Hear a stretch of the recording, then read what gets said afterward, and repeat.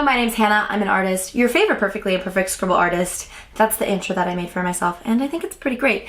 Anyways, I love kooky jumpsuits, but aside the point, today I have a Q&A for you.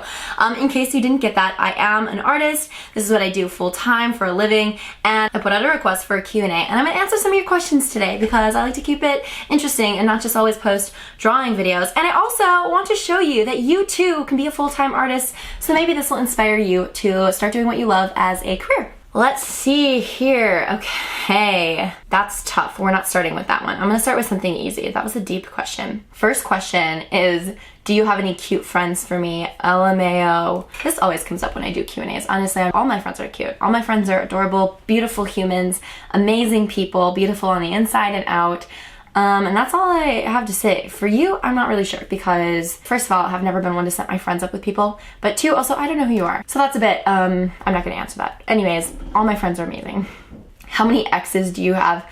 I also get this question all the time too, which I think is interesting because I don't have any exes because I have never been in a serious relationship. Why, you ask? Great question. For a long time, didn't have time to date because I was working a lot. It's a really long story actually. Like I could probably do a whole video on why I have never been in a serious relationship, but even now, like I'm kind of looking, but also I don't know, I guess it's not been a priority in my life. It's not like I'm actively pushing people away. I just like don't really put a lot of effort into it, which is fine because like I'm completely happy the way I am right now, and yeah, I'm not really looking for a relationship, but like if it happens, it happens.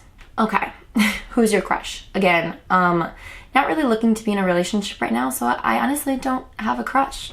Have you ever gone skinny dipping? Yes. First time I went skinny dipping, I was in Nice, France, and two of my friends and I were backpacking Europe, and we were at this bar that our friend recommended where you can like dance on the tables, and it's just like a super fun time, live music, and we met this flight crew. It was a Delta flight crew, so the pilot, all the flight attendants, etc.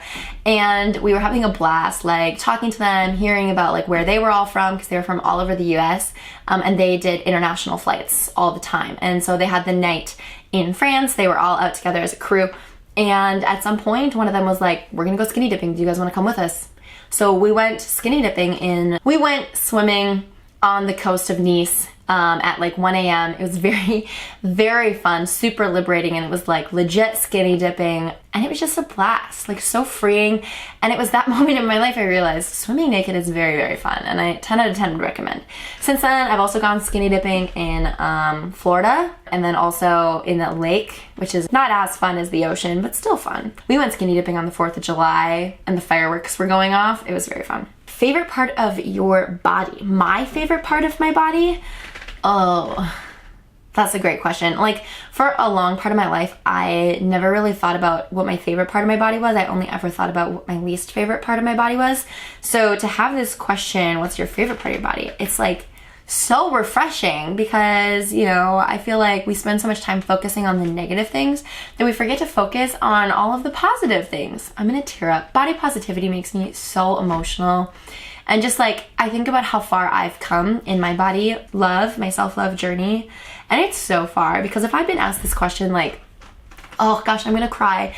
If I'd been asked this question like 10 years ago, 5 years ago even probably, I don't know what I would have said. I genuinely, thinking back to who I was, probably would have said I don't really have a favorite part of my body because I don't really like that much my body. Now you ask me what is my favorite part of my body. I guess I should answer the question. I am a really big fan of my booty.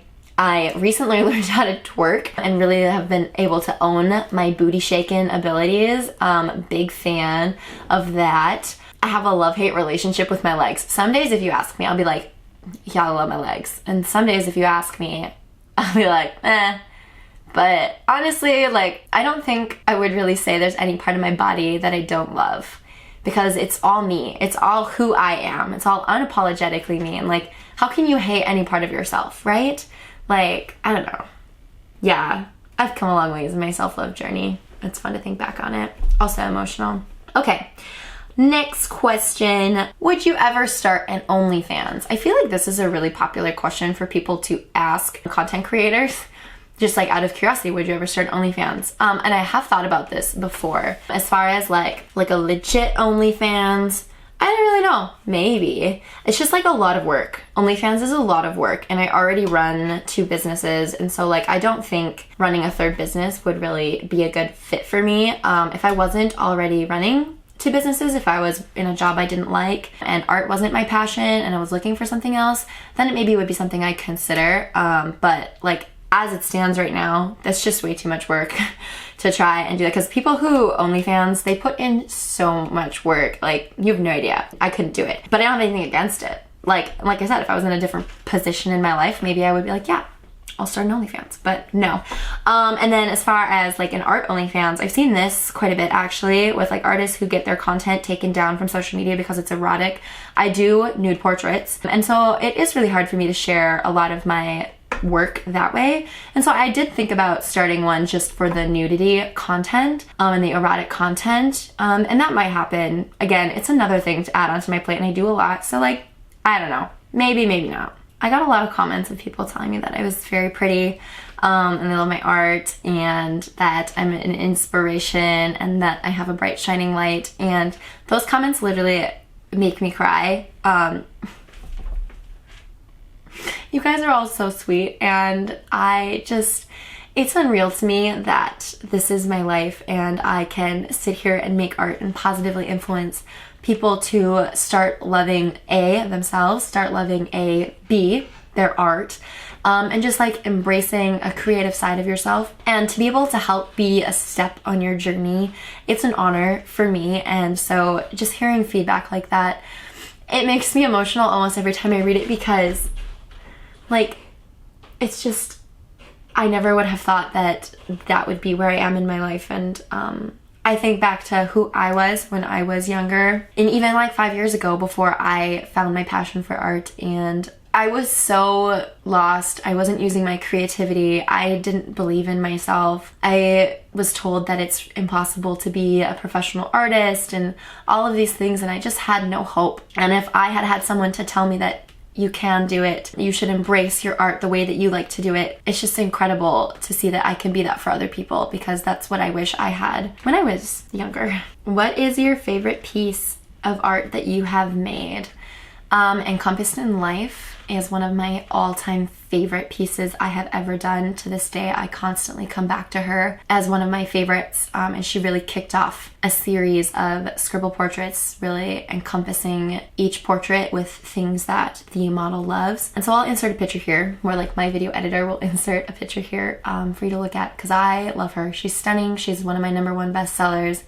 Everybody who sees her loves her, and I've since started a series of Encompassed in Life. There's more than one of them, and they're gorgeous. I love them all.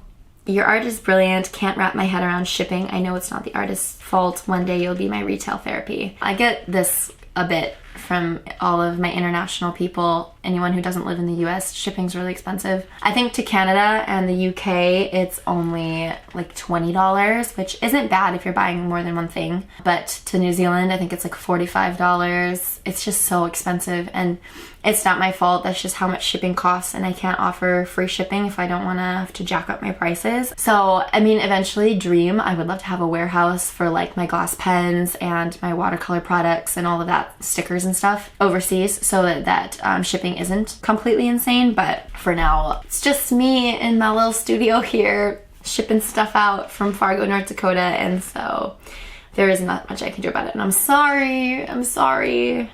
How many tattoos do you have? Can we get a tour of them? I meant to post a TikTok response to this, but I have one, this circle on my thumb. This one says "Si puedo." This one, that's the globe. I get people like, I'll literally be walking by and someone will be like, "Why is the world broken on your arm?" And it's just an abstract drawing of the world.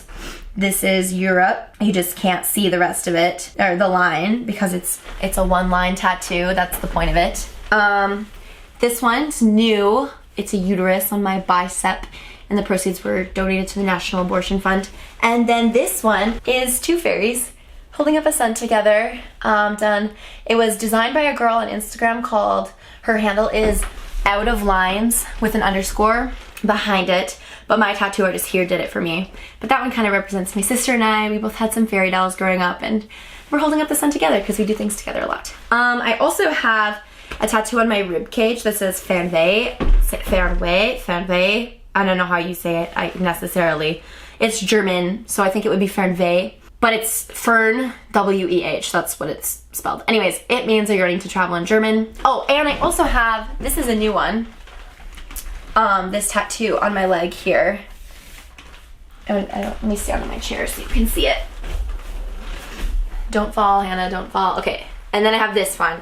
And I told my tattoo artist I wanted a combination of a statue, a siren, a scribble lady, and a mermaid. And that is what she came up with. Thank you for watching. I hope you learned a few things about me. I like to do Q&As every once in a while. So like, if you have any questions for me, make sure you follow me on Instagram because that's where I do the Q&A questions. And maybe I'll get you in the next video. And don't forget to subscribe to this channel, like this video, give me a thumbs up, follow me on TikTok, Instagram, all the things. Check out my online store, my art, all the stuff, and I will see you in the next video.